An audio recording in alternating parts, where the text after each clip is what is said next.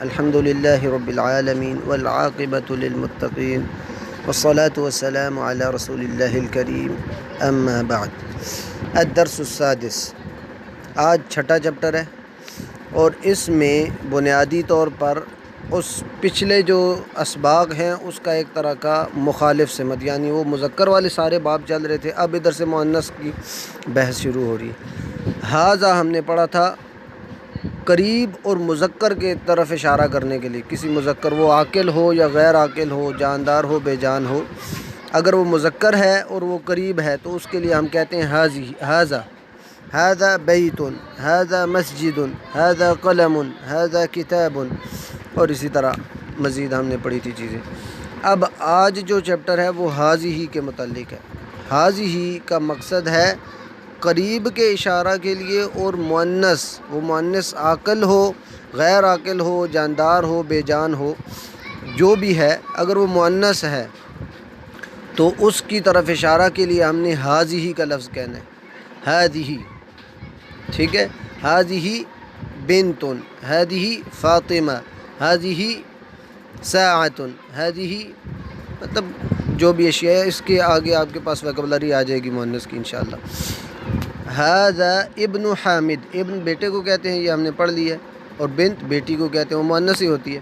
ہاذا ابن حامد، ہاذا ابن حامد، یہ پچھلے چیپٹر میں ہم نے پڑھ لیا کہ یہ اضافت کا ایک، اس میں اضافت کا ان کے درمیان نسبت ہے کہ حامد کی بیٹے کی نسبت حامد کی طرف کر دی گئی ہے کہ وہ عام بیٹا نہیں بلکہ حامد کا بیٹا ہے۔ ہاذا ابن حامد، یہ حامد کا بیٹا ہے۔ وہذہ بنت یاسر، دیکھیں بیٹے کے لیے ہاذا کا ہے، بیٹی کے لیے ہاذہ، ہذہ بنت یاسر، ہاذا ابن حامد وہذہ بنت یاسر، تو اس ابن حامد جالس وبنت یاسر واقفۃ۔ ابن حامد جالس، جالس کا ہم نے مطلب پڑھا تھا کہ بیٹھا ہوا ہے، وبنت یاسر واقفۃ، یاسر کی بیٹی کھڑی ہوئی ہے۔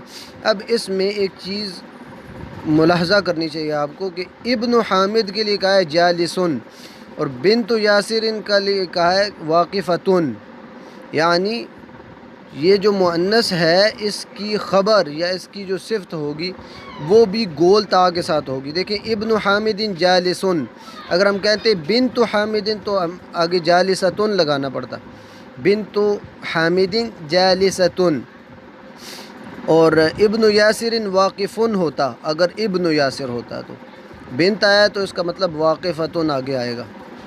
ابن حامد جالسن بیٹھا ہوا ہے، وبنت یاسر واقفتن، مؤنث کے لیے آگے گول تا بھی آ جائے گی جب اس کی خبر یا اس کی صفت کے لیے ساتھ میں آئے گا۔ آگے ہے من، من کا لفظ آپ کو بتایا تھا عاقل کے بارے میں سوال کرنے کے لیے۔ من ہذہ، یہ کون ہے؟ ہذہ اخت المہندس، اخت کا لفظ شاید نیا ہے ادھر، اخت بہن کو کہتے ہیں، اور مہندس پہلے گزر چکا ہے، انجینئر کو کہتے ہیں۔ ہذہ اخت المہندس، یہ انجینئر کی بہن ہے۔ اخت بھی بہن ہے جو کہ مؤنث پہ دلالت کرتی ہے، تو مؤنث کے اشارے کے لیے ہم ہذہ یوز کرتے ہیں۔ ہذہ اخت المہندس، یہ مہندس کی بہن ہے۔ اہی ایضا مہندسہ، دیکھیں ادھر حمزہ وہی والا جو ہاں یا نہ کے سوال کے لیے، اہی، اور دوسری چیز کہ اس میں ہیا کا لفظ اس بار آیا ہے، اور یہ چیز ہم پہلے پڑھ چکے ہیں کہ مذکر کے لیے، مذکر کے نام کی جگہ جب اس کی پریپوزیشن آتی ہے تو اس کو ہم ہوا کے ساتھ تعبیر کرتے ہیں۔ آدمی، یا ہم فار ایگزامپل اردو میں کہتے ہیں حامد میرا بھائی ہے، وہ فلاں اسکول میں پڑھتا ہے۔ اب دوبارہ جب ہم نے جملہ کہا تو حامد کا لفظ نہیں کہا، اس کی جگہ وہ لایا۔ عربی میں مذکر کے لیے وہ کی جگہ ہوا آئے گا، اور مؤنث کی جگہ، مؤنث میں وہ کی جگہ ہی آئے گا۔ اہی ایضا مہندسہ، اور دیکھ رہے ہیں ادھر مہندسہ کہا ہے، مذکر کے لیے مہندس اور مؤنث کے لیے مہندستن۔ اہی ایضا مہندستن، ایضا کا مطلب ہوتا ہے وہ بھی، کیا وہ بھی مہندسہ ہے، وہ بھی انجینئر ہے؟ تو جواب لا، ہی طبیبہ، مذکر کے لیے آیا تھا طبیب، مؤنث کے لیے طبیبتن، لا ہی طبیبتن. تو سوال کیا ہو رہا ہے؟ اہی ایضا مہندستن، لا ہی طبیبتن. پھر آگے سوال ہے سیارۃ من ہذہ. اب دیکھیں سیارۃن، اس کے آخر میں گولتا آ گئی ہے، اس کا مطلب یہ بھی مؤنث ہے، اور اس کی طرف اشارہ کرنے کے لیے بھی ہذہ کا لفظ آئے گا. سیارۃ من ہذہ، ھذا ادھر نہیں آئے گا، ہذہ. جواب ہے ہذہ سیارۃ المدیر، یہ ڈائریکٹر کی گاڑی ہے. ما ہذہ، اب دیکھیں یہ غیر عاقل اور بے جان چیز ہے، لیکن جب اس کا لفظ، جب یہ عربی زبان میں مؤنث کے طور پہ استعمال ہوگی تو تب بھی اس کی طرف اشارہ ہذہ کے ذریعے ہوگا. اور مؤنث کیسے ہے عربی زبان میں؟ کہ نیچے دیکھیں ہذہ مکواتن، آخر میں گولتا آ گیا تو عربی زبان میں جس بھی لفظ کے آخر میں گولتا آ گیا تو وہ مؤنث شمار کیا جاتا ہے اکثر اور غالباً. ما ہذہ مکواتن، یہ استری ہے. آگے کہتے ہیں لمن ہذہ، لمن ہذہ. لی عربی زبان میں فور، کے لیے یوز ہوتا ہے.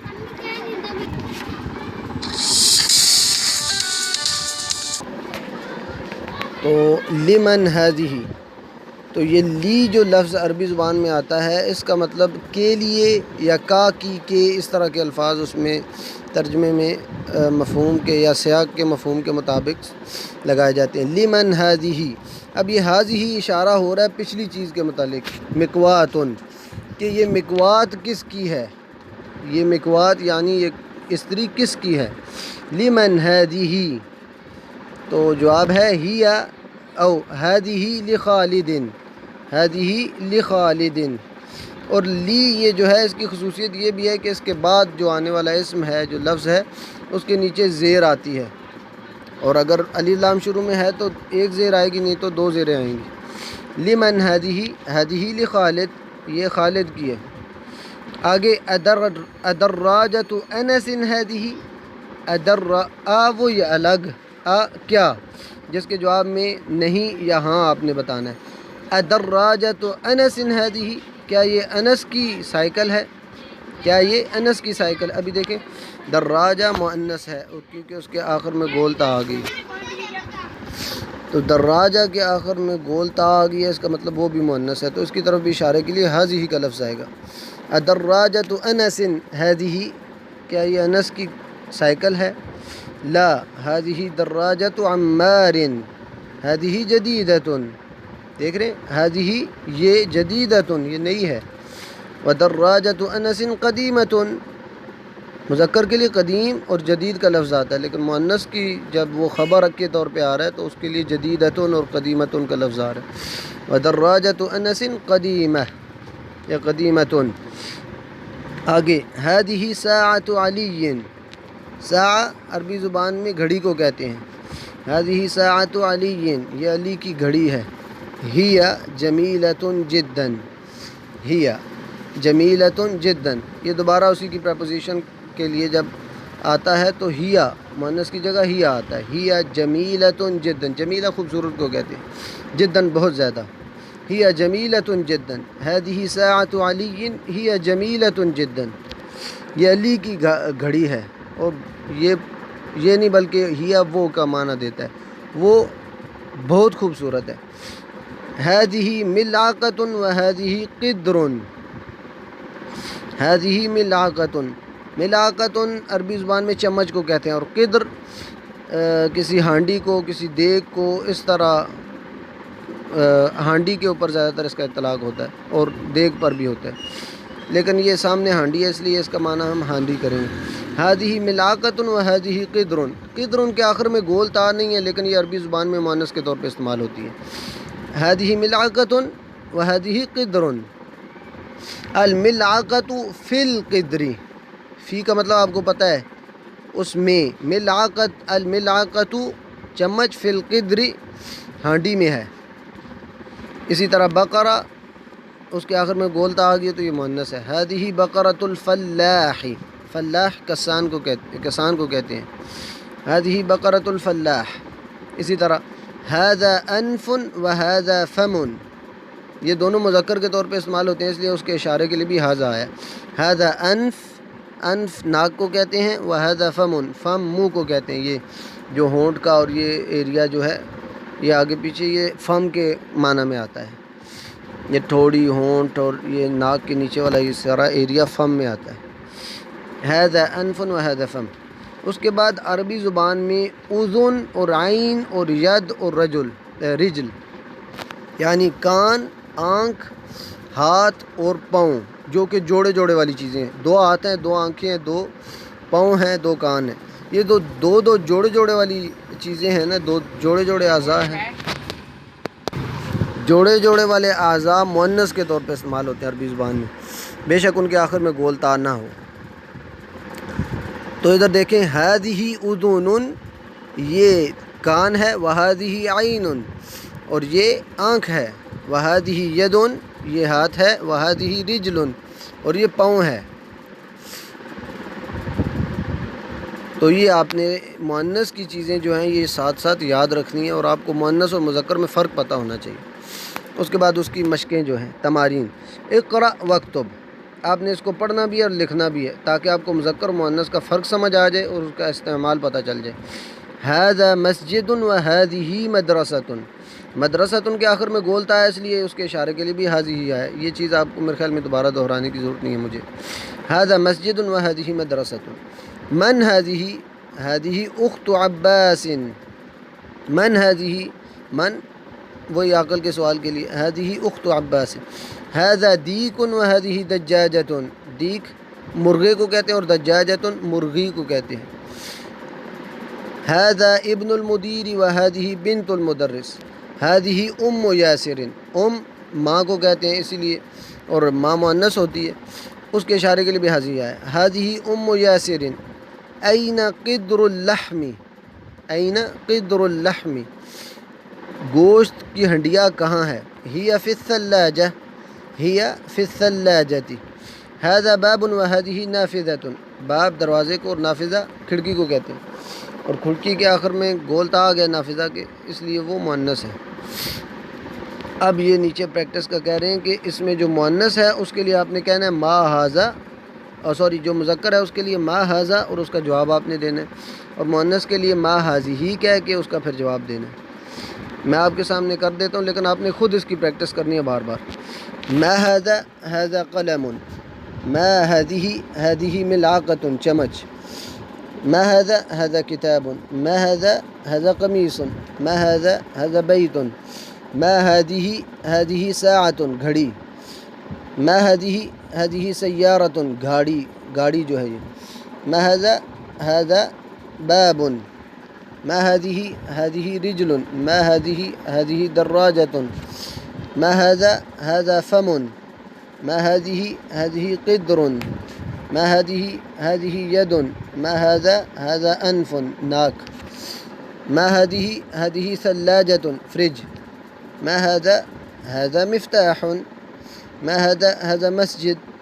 ما ھذہ، ھذہ مکواۃ استری۔ ما ھذا، ھذا کرسی۔ ما ھذا، ھذا نجم۔ تو اس کی آپ نے پریکٹس کرنی ہے، جتنی زیادہ پریکٹس ہوگی آپ کی مؤنث اور مذکر کے جو فرق ہے اور ان کا استعمال آپ کے لیے پکا ہو جائے گا۔ اس کی مزید پریکٹس کے لیے وہ کہہ رہے ہیں کہ دیکھیں، اقرأ المثال، پہلے مثالوں کو پڑھیں، یہ جو دائیں طرف یہ ایک کالم بنا ہوا ہے، وکون جملا علی غرارہ، اور اسی طرح اس کے سامنے جو جملے ہیں وہ آپ نے بنانے ہیں۔ محمد طالب، دیکھیں محمد مذکر ہے اس لیے اس کی صفت، اس کی جو خبر ہے وہ بھی مذکر آ رہی ہے، اس کے آخر میں گولتا نہیں، گولتا آئے گی اس کا مطلب ہے مؤنث ہے۔ محمد طالب، آمنۃ طالبۃ، حامد طبیب، فاطمۃ، فاطمۃ طبیب، هو مسلم، هي مسلمۃ، الباب مغلق، النافذۃ مغلقۃ، نافذہ کھڑکی کو کہتے ہیں۔ یہ الفاظ بھی ساتھ ساتھ آپ کے ذہن میں ہونے چاہیے۔ المندیل وسخ، مندیل رومال کو کہتے ہیں اور وسخ گندا۔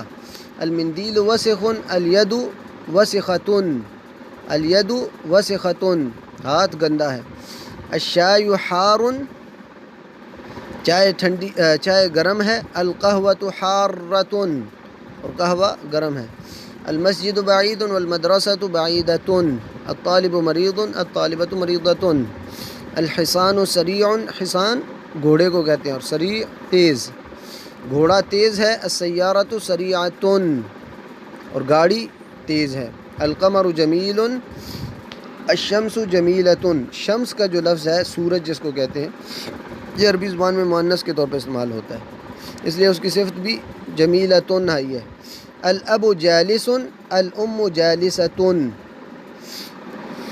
اب یہ نیچے کہہ رہے ہیں کہ جملے جو ہیں الصحح الجمل الآتیہ، کہ یہ نیچے والے جملے ہیں یہ غلط لکھے گئے ہیں، ان کو آپ نے مناسب طور پر صحیح کرنا ہے۔ حقیبۃ من ھذا، اس میں کیا غلطی ہے؟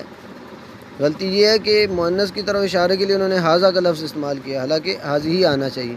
تو صحیح کیا ہے؟ حقیبۃ من ھذہ۔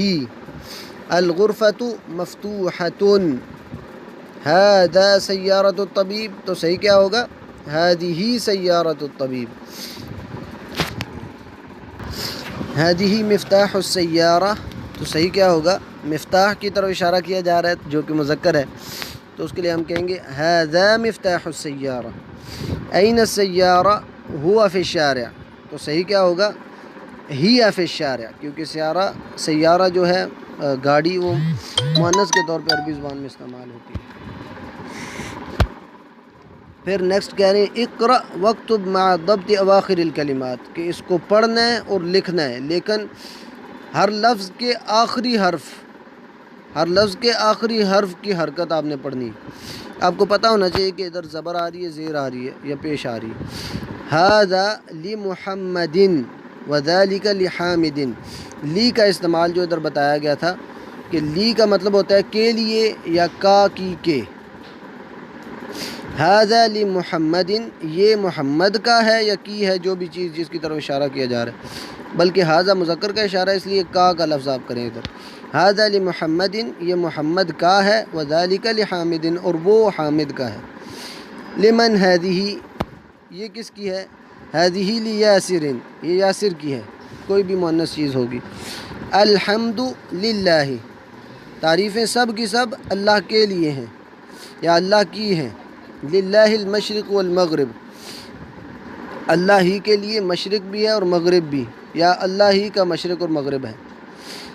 اب یہ جو انہوں نے قائمہ اور ایک چارٹ بنایا ہوا ہے، اس میں الکلمات الجدیدہ لکھے ہیں، یہ سارے جو اس چیپٹر میں نئے الفاظ یوز ہوئے ہیں اس کو انہوں نے جمع کر دیے۔ یہ کم سے کم آپ یاد کر لیں تو آپ کو مطلب اس چیپٹر کی محتویات مل جائیں گے اور آپ کے لیے آسانی ہوگی۔ المکواۃ استری، الدراجۃ